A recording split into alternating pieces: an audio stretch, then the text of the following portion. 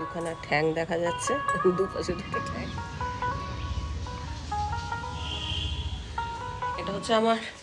এটা হচ্ছে আমার অ্যানিভার্সারি গিফট।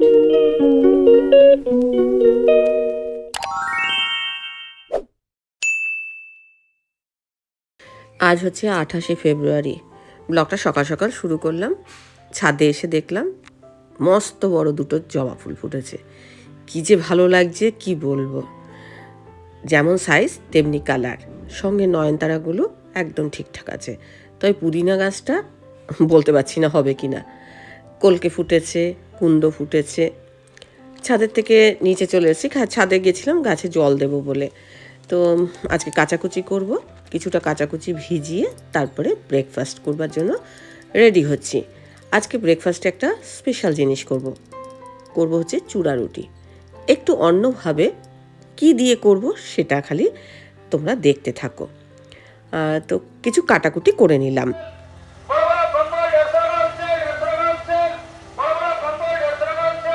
তুই কি কিনবি? হ্যাঁ, এরকম বসে আছিস দেখছিস। আগের বছর কম্বল কাঁচা হয়েছে, এই বছর জাস্ট রোদে দিয়ে তুলে দেবো, চড়া রোদ উঠেছে। আজ করবো বাসি রুটির সদগতি। এখানে দেখো 4টে বাসি রুটি রয়েছে। সবার আগে এই রুটিগুলোকে আমি এরকম টুকরো টুকরো করে কেটে নেব। দেখো, জীবনে একঘেয়েমি দূর করতে সব কিছুর পরিবর্তন দরকার। যেমন ব্রেকফাস্টের পরিবর্তন দরকার, তেমনি সাজগোজের পরিবর্তন দরকার। তারপরে ঘরদোরটাকে একটু উলটপালট করলে একটু মনে চেঞ্জ হয়। তেমনি আজকে আমি মনে মনে ভেবেছি যে রুটি তো রোজই খাই, তার উপর আবার বাসি রুটি, তাকে একটু পরিবর্তন করব। সেই জন্য আমি আজকে করব হচ্ছে চূড়া রুটি। চূড়া কথার অর্থ হচ্ছে চূর্ণ করা। তো রুটিটা যেহেতু আমি চূর্ণ করলাম, তাই আমি এর নাম দিলাম চূড়া রুটি। 4টে রুটি নিয়েছি, তাকে দুবারে গুঁড়ো করে নিয়েছি। গুঁড়োটা কিন্তু একদম মিহি গুঁড়ো করিনি, একটু দানা দানা থাকবে এরকম ধরনের গুঁড়ো করেছি। যাক, রুটি তো আমার গুঁড়ো হয়ে গেছে। একদিকে আমি রান্নাবান্নার কাজ করছি, আবার বললাম একটু ঘর পরিবর্তনও করব। ঘর দোরও একটু পরিষ্কার পরিচ্ছন্ন করে একটু অন্যরকম লুক দেবো মনে মনে ভাবছি। কম্বলগুলো আমার কথা রোদে দিয়ে এসছে, কেননা প্রত্যেক বছরই কম্বল ধরো কেচে তুলি। এবছরটা কাচবো না, তার কারণ কোমরে ভীষণ ব্যথা, আমারও ব্যথা, আমার কর্তারও ব্যথা, তাই জাস্ট রোদে দিয়ে তুলবো। প্রত্যেক বছর যে কাচতেই হবে এমন কোনো কথা নেই। দেখো, সব কিছু রেডি করা হয়ে গেছে। ফ্রাই প্যানে আমি সর্ষের তেল একটু গরম করে নিয়েছি, খুব অল্প পরিমাণেই তেল দিয়েছি। তার মধ্যে গোটা জিরে, একটু সর্ষে, একটু হিং দেব। আর হিং দিলে জানো তো, হিং আমরা রান্নায় যে ব্যবহার করি, এটা কিন্তু হজমে খুব সহায়তা করে। একটু কালারের জন্য হলুদ গুঁড়ো দিয়েছি। আমি একটু আজকে অন্য রকম ব্রেকফাস্ট করবো মনে মনে হাজি। আর তোমরাই আমাকে কিন্তু ইন্সপায়ার করেছো, তার কারণ বলো রোজই তুমি মুড়ি খাও, তা ভাবলাম মুড়ি খাবো কেন, একটুখানি এইসবও রান্না করি যেটা তোমাদের ভালো লাগবে। তো আমি এর মধ্যে ছোট্ট ছোট্ট টুকরো করে আলু দিয়েছি যাতে তাড়াতাড়ি রান্নাটা হয়ে যায়। আর এগুলো চন্দ্রমুখী আলু, একটু চাপা দিয়ে করলে তাড়াতাড়ি সেদ্ধ হয়ে যাবে। আমাদের এখানে জানো তো সেবক সংঘ মাঠে বসন্ত উৎসব হবে, তো একটা চিঠি দিয়ে গেছে, সেখানেও যাব।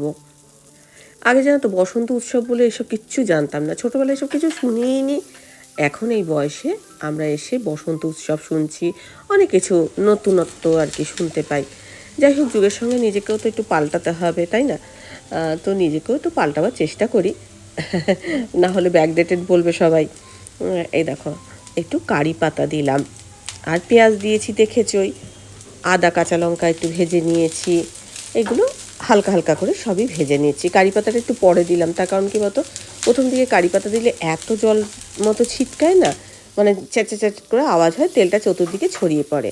তো এর মধ্যে আমি একটু টমেটোর কুচি দিয়েছি, একটু বেশি পরিমাণেই টমেটো দিয়েছি।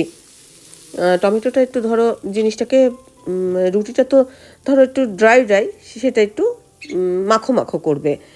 রুটি তরকারি করে তো আমরা প্রায় দিনই খাই, কিন্তু একটু অন্যরকমভাবে আমরা খাবো, এটাই আর কি ভেবেছি। কড়াইশুঁটি এর মধ্যে দিয়েছি। ঘরে যেরকম সবজি থাকবে সেই রকম অনুযায়ী তোমরা দিতে পারো। একটু নুন মিষ্টি দেবে, কেননা একটু স্বাদের ব্যালেন্সও তো দরকার। এবার আমি সব কিছু সবজি টবজি ভাজা হয়ে গেছে, চূড়া রুটিটা দিয়ে দিলাম। আচ্ছা, এই চূড়া হচ্ছে 682 বসিনা রায়কার চূড়া। এই চূড়া মানে হচ্ছে চূর্ণ করা।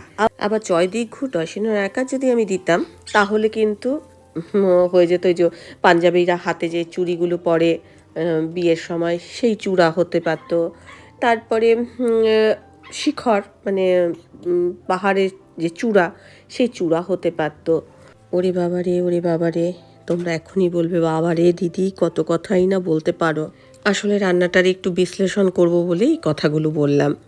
তো যাই হোক, আমি একদম শেষের দিকে ধনেপাতার কুচি দিয়েছি আর একটু লেবুর রস দিয়ে আমি এটা নামিয়ে ফেলবো।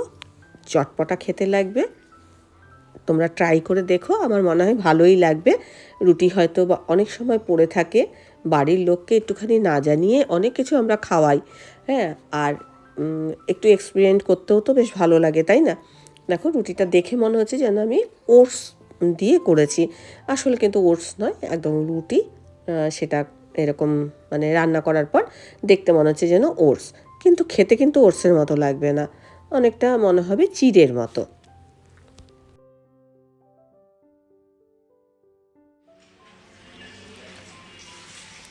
রুটি বোঝা যাচ্ছে না, বলো? চিড়ের মতো লাগছে।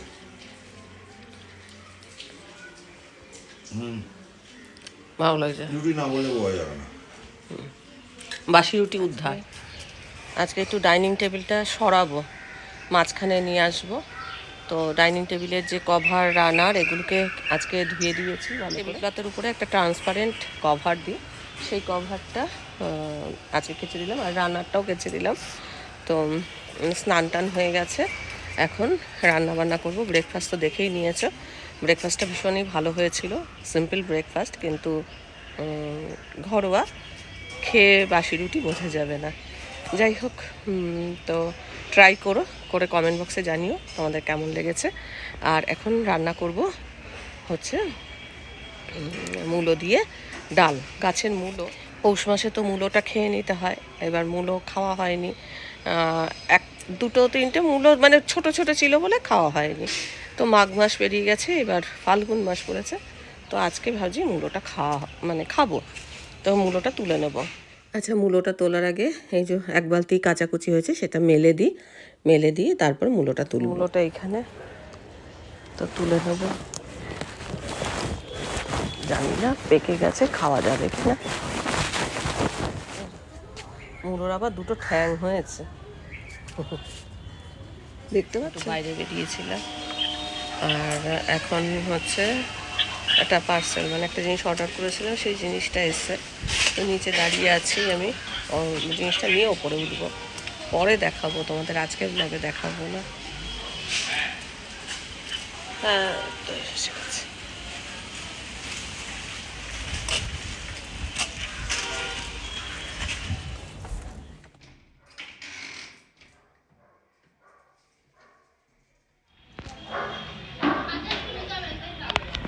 এটা হচ্ছে আমার অ্যানিভার্সারি গিফট। হ্যাঁ, আরও একটা জিনিস আছে, সেটা হয়তো এসে পৌঁছাবে কিনা জানি না। তো এটা তো দেখাবো অ্যানিভার্সারির দিন, আর আরেকটা জিনিস, সেটা যদি এসে পৌঁছায় তো ভালো, আর না পৌঁছালে পরের দিন দেখাবো, মানে পরের দিন ডেলিভারি হওয়ার কথা, দেখা যাক, যদি এসে পৌঁছে যায় তাহলে তো খুব ভালোই হয়। কিন্তু একটা জিনিস আমার হাতে চলে এসছে, আমি পছন্দ করেছি, টাকাটা আমার কর্তা দিয়েছে। আনবক্সিং 1 তারিখে করবো। তোমাদের দেখো, আগে দেখে নিতে হবে জিনিসটা ঠিকঠাক এসছে কিনা, সেটা তো দেখতে হবে। আর যদি আর দেখাবো তোমাদের 1 মার্চ। শ্রেয়া একটা গিফট দিয়েছে, সেটাও দেখাবো। তারপরে শ্রেয়া একটা কেক দিয়েছে, সেই কেকটা তৈরি করব। কেকের মিক্স দিয়েছিল জন্মদিনে, সেটা তো করা হয়নি, মিক্সটা পড়েই রয়েছে।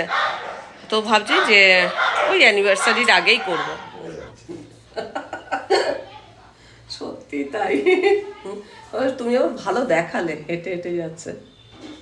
আগে আমরা টেবিলটাকে মাঝখানে আনবো, কেননা গরম পড়ে গেছে, একটু মানে যখন খেতে বসি একটু পাখার হাওয়া না হলে হয় না, সে হালকা করে চালালেও চালাতে হয়, সেই জন্য আজকে টেবিলটাকে মাঝখানে আনবো। আর 2-4টে কাজ করবো। আর দেখতেই পেলে যে কভারগুলো ছাদে আর কি কেচে টেচে পরিষ্কার করে শুকনো করতে দিয়ে এসেছি, এটা শুকনো হয়ে যাবে, তারপরে কভারটা পাবে। টেবিলটা আমার করতে হবে না, আমার তো পক্ষে সম্ভবই না, ভীষণ ভারী যেহেতু পাথরে। আমি হয়তো একটু টাচ করব, আর ওই সরাসরিগুলো করবে। দাঁড়াও, টেবিলটা সরাবার আগে রান্নাটা চাপিয়ে নিই। ডালটা আমি চাপিয়ে দিলাম, সেদ্ধ হোক। এর মধ্যে আমি মূলো শিমটা দিয়ে দেবো, আর পোস্ত এখন আমি গুঁড়ো করে নিয়েছি। পোস্তটা গুঁড়ো করার সময় আমি একটু নুন দিয়ে প্রথমটা একটু ঘুরিয়ে নিয়েছি, তারপরে আমি কাঁচা লঙ্কা দেবো আর অল্প জল দেবো, দিয়ে তারপরে পেস্ট করব। আজকে সজনে ডাঁটা আলু দিয়ে পোস্ত করব। আর ডাল তো দেখিয়ে দিলাম কি ডাল করব। শিমগুলো এখন এই শীতটা ছাড়িয়ে নিচ্ছি, আর মূলোটা একটু সরু সরু করে কেটে নেব। শিমটা তো টুকরো টুকরো করে কেটে নিয়েছি, আর মূলোটা একটু পেকেই গেছে, কিন্তু গাছের জিনিস সে কি আর ফেলা যায় বলো, এর মূল্যই আলাদা। কজনের বাড়িতে বলো তো মূলো চাষ হয়, আমি তো তাও দু একটা মূলো মানে চাষের তৈরি করেছি। যাই হোক, ফেলতে পারলাম না, মায়া লাগলো। ডালের সঙ্গে শিম আর মূলোটা আমি সেদ্ধ দিয়ে দিলাম, আর এখানে দেখো সজনের ডাঁটা আর আলু এগুলো কাটা হয়েছে। এখন আমরা টেবিলটা সরাসরি করছি, রান্নাটা একদিক দিয়ে চাপিয়ে দিয়েছি। টেবিলটা পাখার তলাতে আনতে হবে, কেননা খেতে বসলে যাতে পাখার হাওয়াটা পাওয়া যায়। এদিকে আমার কোমরে এতটাই যন্ত্রণা, আমার কথা বলছে তুমি ধরবে না, তুমি টাচ করবে না, আমি করব। আবার আমি ভাবছি যে আমার কর্তারও তো কোমরে ব্যথা, একটু বোধহয় টাচ করলে বোধহয় ওর উপকার হবে। এই হচ্ছে আর কি দুজনের। যাই হোক, আমাকে ধরতে দেয়নি। ডাল ফুটছে, আর এই যে এদিকে পোস্ত, এই যে ডালও হয়ে গেছে। এবার একটুখানি আলু চিপস ভেজে নেবো, ব্যাস। আজকে আমাদের নিরামিষ রান্নাবান্না, 2-3 দিন ধরে নিরামিষই খাচ্ছি। তো ঠিক আছে, নিরামিষ খেতে ভালোই লাগে। এরকম মূলো, ধনে পাতা, এরকম দিন মূলো, শিম মূলো দিয়ে, এটা শীতে করলে আরও ভালো হতো। মূলোটা আর একটু টাটকা ফ্রেশ পাওয়া যেত। একটু পেকেছে, কেননা টাইমটাই এরকম যে মূলো পেকে যাওয়ারই সময়, সেই জন্যই কেউ খায় না।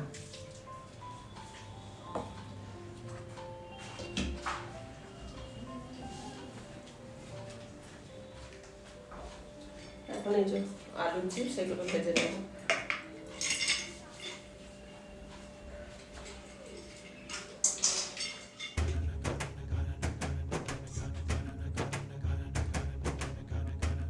চিপস ভাজাও হয়ে গেছে, গরম গরম ভাতটা একটা ফুট দিয়ে রেখেছি, আরেকটা ফুট দিলেই আমার আজকের মতো রান্নাবান্না হয়ে যাবে।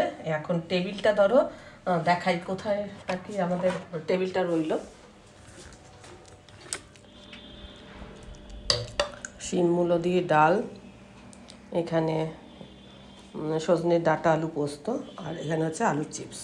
টেবিলে যেগুলো সাজানো ছিল, যেমন একটা এরকম পিতলের ঘটি, তার মধ্যে মানি প্লান্ট আছে, নুনের পট, জলের জগ, আর এখানে একটু পোস্টার টাইপের আছে, কিছু পোস্টার আছে, ব্যাস। এই ট্রেটার মধ্যে এই সামান্য জিনিস আর কি। এখানে মাঝখানটাতে এই যে টেবিলটা এনে আমার মনে হয় এবার খেতে বসলে সুবিধা হবে। ঠিক এই যে মাথার উপরেই পাখাটা থাকবে, আর গরম তো একটু একটু পড়েছে। টেবিলটা কভার টভার এখন পাতলাম না, খাওয়া দাওয়া হয়ে যাক, তারপরে টেবিলে কভার টভার এগুলো পাতবো। আর ওগুলো শুকনো করতে দিয়েছি, উপরে যেটা ট্রান্সপারেন্ট কভার আছে সেটা শুকনো করতে দিয়েছি। আর রানারটা হলে কি, ওই যে উপরে যে ট্রান্সপারেন্ট, ধরো গরম টরম জিনিসগুলো রাখলে এরকম আঁকড়ে ধরবে, কিন্তু আমি যে রানারটা ব্যবহার করি সেই রানারটা সিলিকনের, সেই জন্য ওর উপরে যে গরম খাবার রাখলে কোনো অসুবিধা হয়। যেটা আজকে অ্যামাজন থেকে এলো সেটা আমি পরে তোমাদের সঙ্গে শেয়ার করব। এখন আমি দেখে নিয়েছি, ঠিকঠাকই আছে, তবে একটু আমার ছোট ছোট মনে হচ্ছিল, তবে আমি পরে মেপে দেখলাম যে না, ঠিকই আছে, অন্যান্য জিনিসের সঙ্গে এটা ঠিকই আছে। তবে কি জিনিস সেটা আমি 1 তারিখেই দেখাবো, আজকে আর দেখাচ্ছি না, কারণ এটা যেহেতু স্পেশাল গিফট, সেজন্য 1 তারিখেই দেখাবো। সময় না সজনের ডাঁটা খাওয়া খুব উপকারী, কেননা বসন্তের জার্ম থাকে, এই সময়টা ধরো বসন্ত রোগ হয়, সেই জন্য না সজনের ডাঁটা খাওয়া খুব উপকারী। আর এই যে দোল খেলাটাও কিন্তু অনেকে পছন্দ করে না, কিন্তু বসন্ত রোগের জন্য কিন্তু এই দোল খেলাটাও উপকারী। এই যে আবির, যেহেতু আবির আর কি, রং মেখে ভূত হওয়া এটা না, আবির মাখলে সেটা ভালো। আমার ছেলের একবার হাম হয়েছিল ঠিক এই দোলের আগে, তো যখন মানে হামটা সেরে গেছিলো, এবার আমার মানে ডাক্তারবাবুকে জিজ্ঞাসা করলাম যে ডাক্তারবাবু এরকম দোল, বাচ্চা মানুষ দোল খেলতে চাইছে।